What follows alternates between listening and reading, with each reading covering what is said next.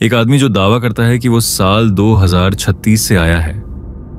उसने इंटरनेट पर कुछ ऐसी बातें लिखी जो उस समय किसी को मजाक लगी, लेकिन बाद में एक एक करके सच साबित होने लगी। क्या वो वाकई भविष्य से आया एक यात्री था, या ये सब इंसानियत के साथ खेला गया अब तक का सबसे बड़ा धोखा था? आइए जानते हैं उस रहस्यमयी शख्स के बारे में जो खुद को भविष्य से आया टाइम ट्रैवलर बताता है और जिसकी भविष्यवाणियां धीरे धीरे हकीकत बनती गईं।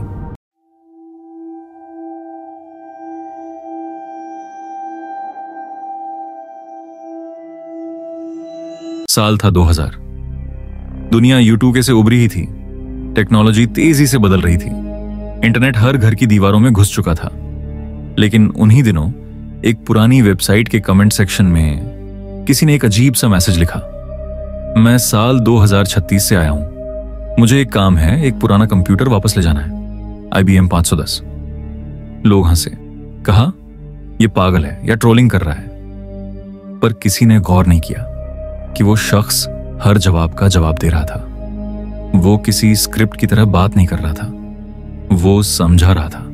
उस वेबसाइट पर उसका नाम था टाइम ट्रेवल नाउ, और जल्द ही सब उसे जानने लगे जॉन टिटर के नाम से। जॉन ने जो कहा वो सिर्फ एक टाइम ट्रैवलर की बातें नहीं थी, वो चेतावनियां थी। एक ऐसा भविष्य बताया गया जो सुनकर रूह कांप जाए। वो लिखता है, मैं एक सैनिक हूं अमेरिका से और 2036 में एक तबाह हो चुकी दुनिया में जी रहा हूं। न्यूक्लियर वॉर ने सब कुछ बदल दिया है। मुझे एक मिशन पर भेजा गया है, IBM 510 नाम की एक पुरानी मशीन को लाने के लिए, क्योंकि हमारी टेक्नोलॉजी फेल हो चुकी है। लोगों को हैरानी हुई कि उसने IBM 5100 के ऐसे फीचर बताए जो केवल कुछ चुनिंदा इंजीनियर्स को ही पता थे। उसने कहा, ये मशीन कुछ ऐसे कोड्स पढ़ सकती है जो आने वाले यूनिक्स सिस्टम फेल हो जाने पर काम आएंगे। और यहीं से कहानी ने मोड़ लिया।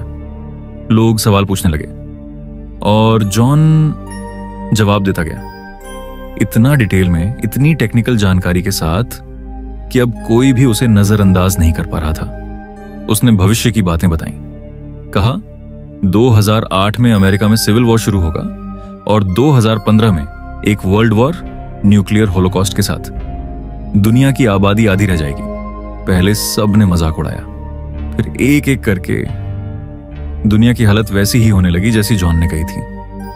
उसने ये भी कहा 2036 में दुनिया पूरी तरह से बदल चुकी है। छोटे छोटे कम्युनिटीज हैं, लोग खेतों में काम करते हैं, इंटरनेट डिसेंट्रलाइज्ड हो चुका है, सेंट्रल गवर्नमेंट जैसी कोई चीज नहीं रही।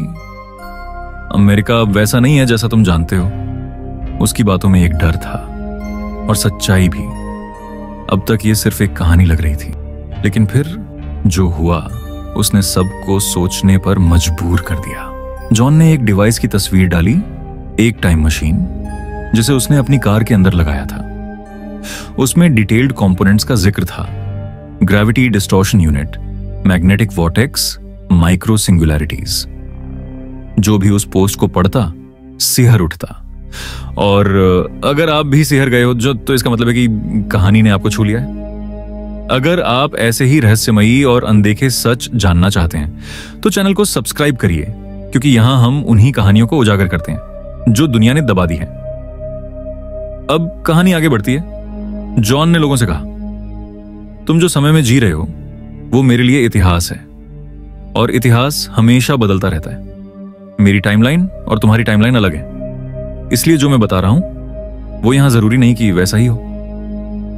यही बात सबसे खतरनाक थी, क्योंकि अगर उसकी कहीं हर बात सच न भी हो तो इसका मतलब था कि वो ऑल्टरनेट रियलिटी से आया है, एक ऐसी दुनिया से जो हमसे बिल्कुल अलग है। उसने बताया कि उसे IBM 500 क्यों चाहिए, क्योंकि यूनिक्स सिस्टम में 2038 में एक फेलियर होगा जिससे टेक्नोलॉजी क्रैश हो जाएगी। IBM 510 के पास वो कैपेबिलिटी है जो बाकी किसी मशीन में नहीं। ये बात 2000 में किसी को नहीं पता थी, लेकिन कुछ साल बाद IBM के इंजीनियर्स ने इसे वैलिडेट किया। तब सवाल उठने लगा, आखिर इस बंदे को यह कैसे पता था? जवाब किसी के पास नहीं था। जॉन का हर जवाब प्रिसाइज था, कोई वेग बात नहीं, साइंटिफिक टर्म्स, लॉजिक, फॉर्मूलाज, सब कुछ उसके पास था और वो बस एक बात बार बार कहता, जो मैं बता रहा हूं वो वार्निंग है, आप लोग आने वाले विनाश की ओर बढ़ रहे हो, देख नहीं पा रहे। धीरे धीरे इंटरनेट पर उसका नाम वायरल हो गया। रेडिट, 4chan, पुराने मैसेज बोर्ड्स, हर जगह लोग जॉन टिटर के थ्रेड्स को खोदने लगे। लेकिन फिर एक रात वो अचानक गायब हो गया। 21 मार्च 2001 को उसका आखिरी मैसेज आया, गैस कैन ले जाना जब आपकी कार मर जाए। और फिर वो कभी नहीं लौटा। कोई गुड बाय, न कोई फेयरवेल, न कोई ट्रेस। किसी को नहीं पता चला कि वो कौन था, कहां से आया था, या क्या वो कभी था भी। लोगों ने थ्योरीज बनाई। कुछ ने कहा कि ये एक मार्केटिंग स्टंट था, कुछ बोले कि ये किसी साई-फाई नर्ड की क्राफ्टेड स्टोरी थी, और कुछ अब भी मानते हैं कि वो एक असली टाइम ट्रैवलर था। अब सवाल ये है, क्या जॉन टीटर वाकई भविष्य से आया था? लेकिन कुछ साल बाद जब इंटरनेट और ज्यादा ग्लोबल हुआ और रेडिट जैसे प्लेटफॉर्म आए, तो नए यूजर्स को उसका जिक्र मिलना शुरू हुआ। कुछ स्क्रीनशॉट्स, आर्काइव्ड पेजेस और कुछ बिखरे हुए थ्रेड्स। किसी ने कहा जॉन वापस आएगा, किसी ने लिखा वो पहले ही दोबारा आ चुका है, बस इस बार हम उसे पहचान नहीं पा रहे। और फिर सामने आई एक और थ्योरी जिसने सबको हिला दिया।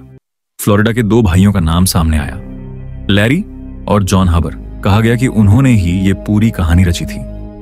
पाओलो अटेविसिमो जैसे कुछ इन्वेस्टिगेटिव ब्लॉगर्स ने दावा किया कि उनके पास ईमेल्स और फोरम आईडीज के सबूत हैं। पर जब इन भाइयों से पूछा गया, उन्होंने इनकार कर दिया।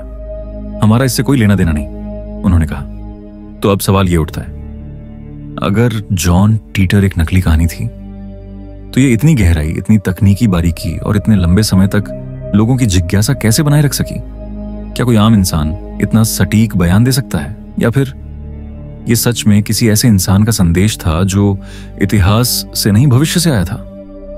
अब हम सबके सामने 2 रास्ते हैं। पहला, हम मान लें कि ये एक बेहतरीन कल्पना थी, एक इंटरनेट हॉक्स, एक वायरल कहानी, जैसे ढेरों और थ्योरीज होती हैं। और दूसरा, हम माने कि शायद कभी किसी टाइमलाइन में सच में कोई आया था जिसने हमें चेतावनी दी थी, जिसकी बातें आज भी एक एक करके सच होती जा रही हैं। इंटरनेट का इतिहास ऐसा नहीं कि सब कुछ याद रखा जाए, बहुत कुछ मिट जाता है, आर्काइव कर लिया जाता है।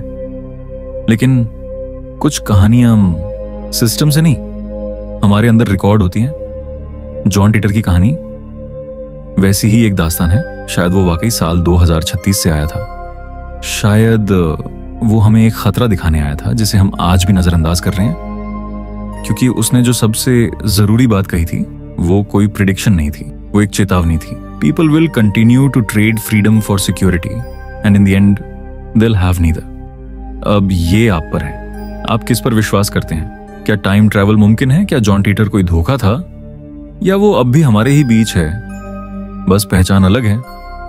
जो भी सच हो, एक बात तो तय है, जॉन टीटर एक ऐसा नाम बन गया है जिसे इतिहास चाहे मिटा दे, लेकिन कल्पना कभी भूल नहीं सकती। और अगर आपको भी लगता है कि ये दुनिया सिर्फ उतनी नहीं है जितनी दिखाई देती है, तो सब्सक्राइब कीजिए ड्रीम्स अनसीन को, क्योंकि हम लेकर आते हैं ऐसी कहानियां जो नींद में नहीं, जागते हुए डराती हैं। क्योंकि अगली बार जब आप किसी पुराने फोरम को स्क्रॉल कर रहे होंगे, तो हो सकता है किसी कोने में फिर कोई अनजान यूजर कुछ लिख रहा हो, मैं वापस आ गया हूं।